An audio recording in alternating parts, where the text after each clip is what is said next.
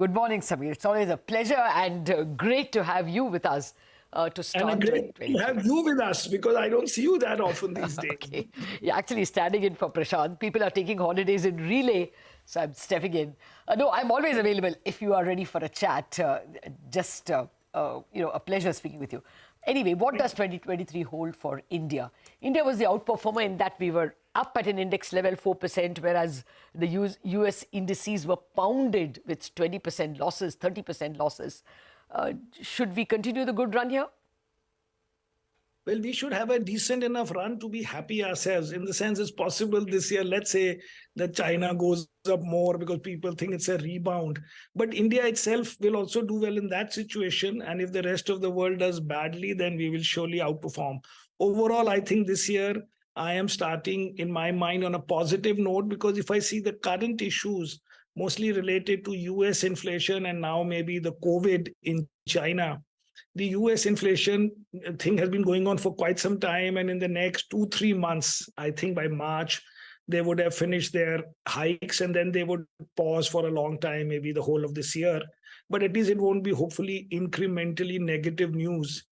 And the China COVID situation, unless it happens to be some variant which is much more scarier than what we have seen, then we have seen this kind of a thing in India and previously in Europe and many other places where it'll run itself out in 2-3 months. And then there'll be massive unleashing of Chinese consumption and travel and all the things that we have seen in other markets. So I think plus minus 2-3 months, both these things would have played themselves out. And therefore, I think this year, at the end of the year, will be higher than today.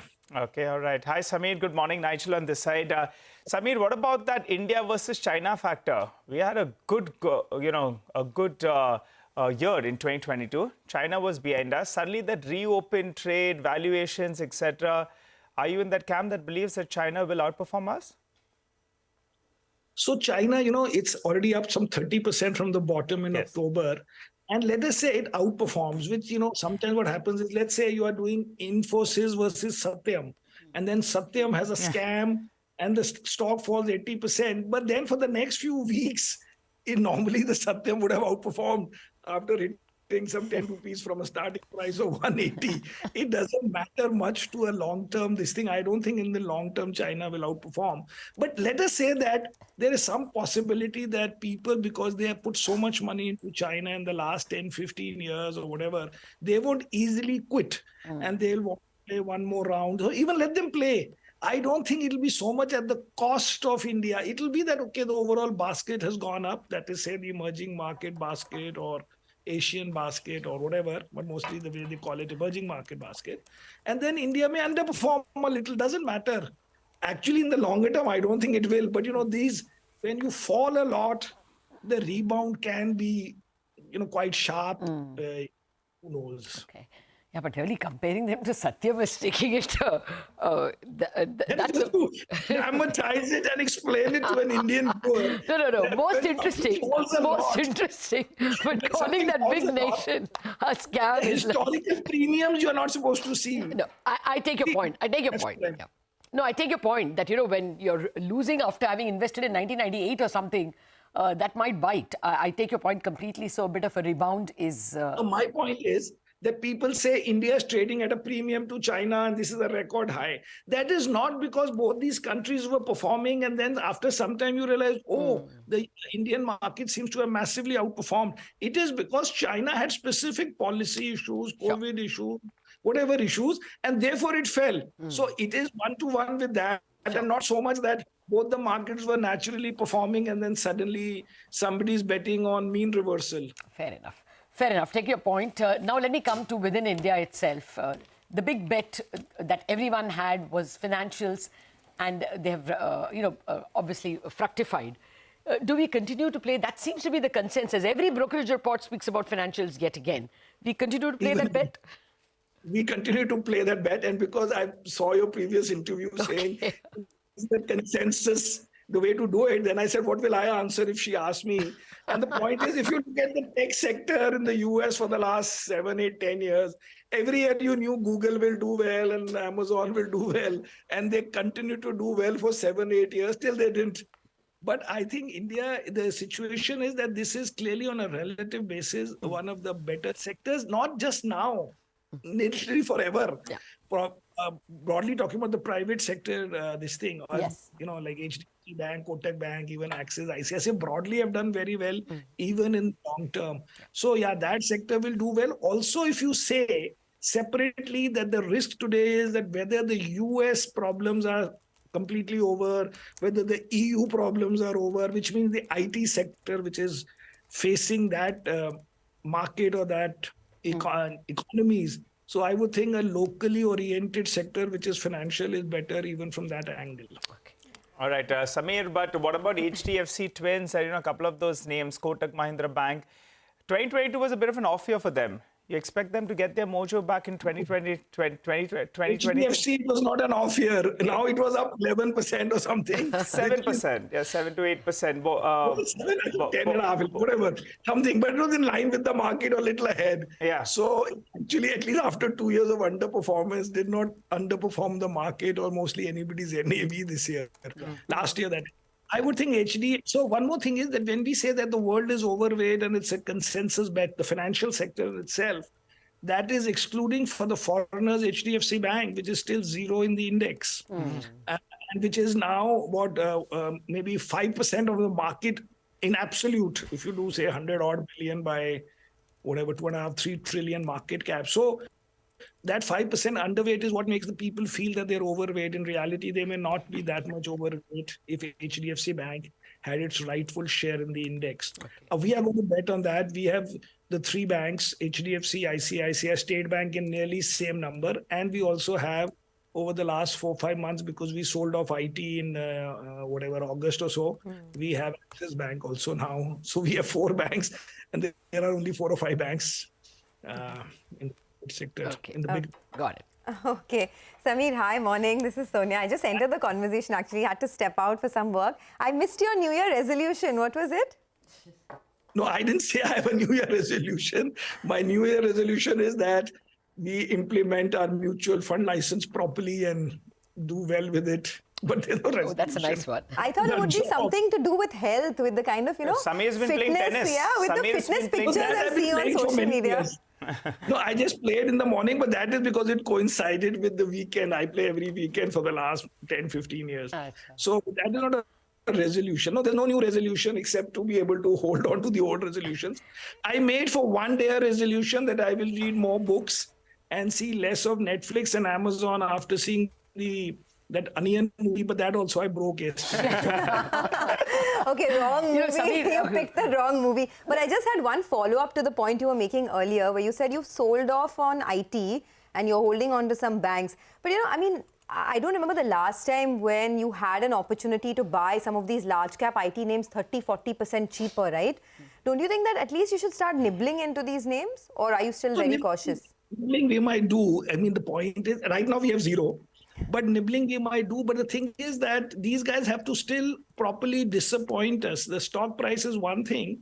But right now they are not. I think from this quarter, they will start talking about lower numbers and stuff like that. So far, they've been saying that we will get this project and we'll get cost-related projects and other things. But if you look at the US companies, you look at them in cloud, in security, in everything else, these business software like Salesforce, every one of them is having slowdown and the stocks are down, whereas and then EU and then UK. So I think that I may nibble, but I won't nibble before March, April, when we start thinking about them giving guidance for the year. They are not going to do anything great in Jan for me to feel that I have missed out. Plus, I'm not sitting on cash. So it's a relative trade I'm playing, right? That I've even bought Paytm, by the way. So I bought Zomato I had. So point is, it's not, we are just betting on a relative thing that which one can go up 10% more than the other. Okay, now this is telepathy. Huh? You spoke about Zomato. I was going to ask you that. In your Twitter, you had mutual funds mangoing Mafi from their investors for investing in several of the IPOs. Is it comeback time at all? If you have Paytm, would you also go to the others, Nykaa, PB Fintech, Zomato, all of them? Zomato we bought before. Zomato we bought last, 4-5 months ago, whatever the June quarter. Okay. Paytm was after the last quarter. So, no, right now we have only these two, but we bought a few IPOs ourselves. These new IPOs, which are all down. I think one of them is not down. Fusion is not down, I think. Okay. But UP Parts and Fusion, but these are all like plus minus zero, because they're just very new IPOs anyway. So they've not had a chance to go down in case they have to.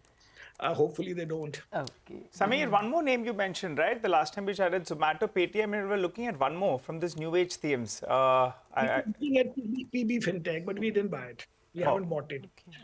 Okay, got it. Okay. You know, the big theme, like we have just discussed, was financials. Is there any sunrise theme? I mean, today morning, many people spoke about metals. Metals doesn't fit our big picture theme in our life because we have never been able to do well. So when we feel that the theme has done very well and is irritating me, then I'll buy a little and then it'll stop performing. So we don't want to stage yet. Okay. I just want to mention Bajaj Auto. The numbers just came out a while back and the sales are looking really weak. The December wholesale numbers are down 22% at 2.81 lakh units, and this is the lowest we've seen since May of 2022. And there's a big gash. Exports are hit very, very hard. It's a 40% slide that Bajaj Auto has seen in the export numbers. And Samir, you know, this brings us to the point. I mean, last year, the biggest loser in the auto space was Tata Motors because of their exposure to China and GLR there. Bajaj Auto has been getting very hit, badly hit because of what's happening in the export market. Do you completely stay away from these names? Do you focus domestic? How do you look at the auto market? I know that you've been negative on autos for a while, but if someone is... I would like you to play the last interview where you were worrying about FOMO on not buying auto, and it turned out to be JOMO. Out. At least from June, July onwards. No, we don't like it because, see, first we don't like the two-wheeler at all because it is getting disrupted, and I don't deal with disruption properly in terms of how much to analyze. It is being disrupted by EV, that EV is not being made by the same guys. Today we read even JSW wants to go into EV, and that also four-wheeler EV. By the way, as you may have realized, that Tesla today has a lower P than nearly every Indian auto company. Now you tell me, although I don't like Tesla, I don't own it, even though I own maybe 40, 50 US stocks. But for having Tesla's P to be much lower, or actually nearly 1/3 of Maruti, if I remember right. So that kind of thing is a bit too this thing because these sectors are getting disrupted. Why should I go in and play a sector where there was a confusion whether how much of this was pent-up demand and how much was genuine demand for that year and how to take it going forward? We are not negative on the market or anything. We say we think that sector will underperform this sector. That's the way you can move on and be, positive or every day about the stocks that you own without. Maybe auto does well, but we think our stocks will do better. Oh, okay. So, I mean, leave us with one big idea for 2023. Something you're nosing around and may pounce on. No. That way, our thing is very simple, that we buy 20 stocks and bet that the pool will do well without exactly knowing whose turn it is next. So the best example to see that is if you see in 2021 December, did anybody say that by Varun Beverages we turned out to be up 125% or Lemon Tree turned out to be up 80%? Nobody knew. Nobody can imagine the extent to which stocks can do well. So my one point idea on which I'm going to do a talk is people think that if they buy an idea that if they have not done well, if they haven't researched it to the 100% and therefore are not willing to own less than 5%, they may have not done enough work. Sometimes the serendipity works. Sometimes the fact that stats work, that some 30-35% of the stocks do very, very, very well relative to the market. And you have to try and get a larger part of your portfolio there without exactly knowing whose turn it is next. How could you have imagined that Indian hotels will be up 70% in a year? And if you believe that you will only buy stocks where you believe they'll go up 70%, you would never have bought these three stocks.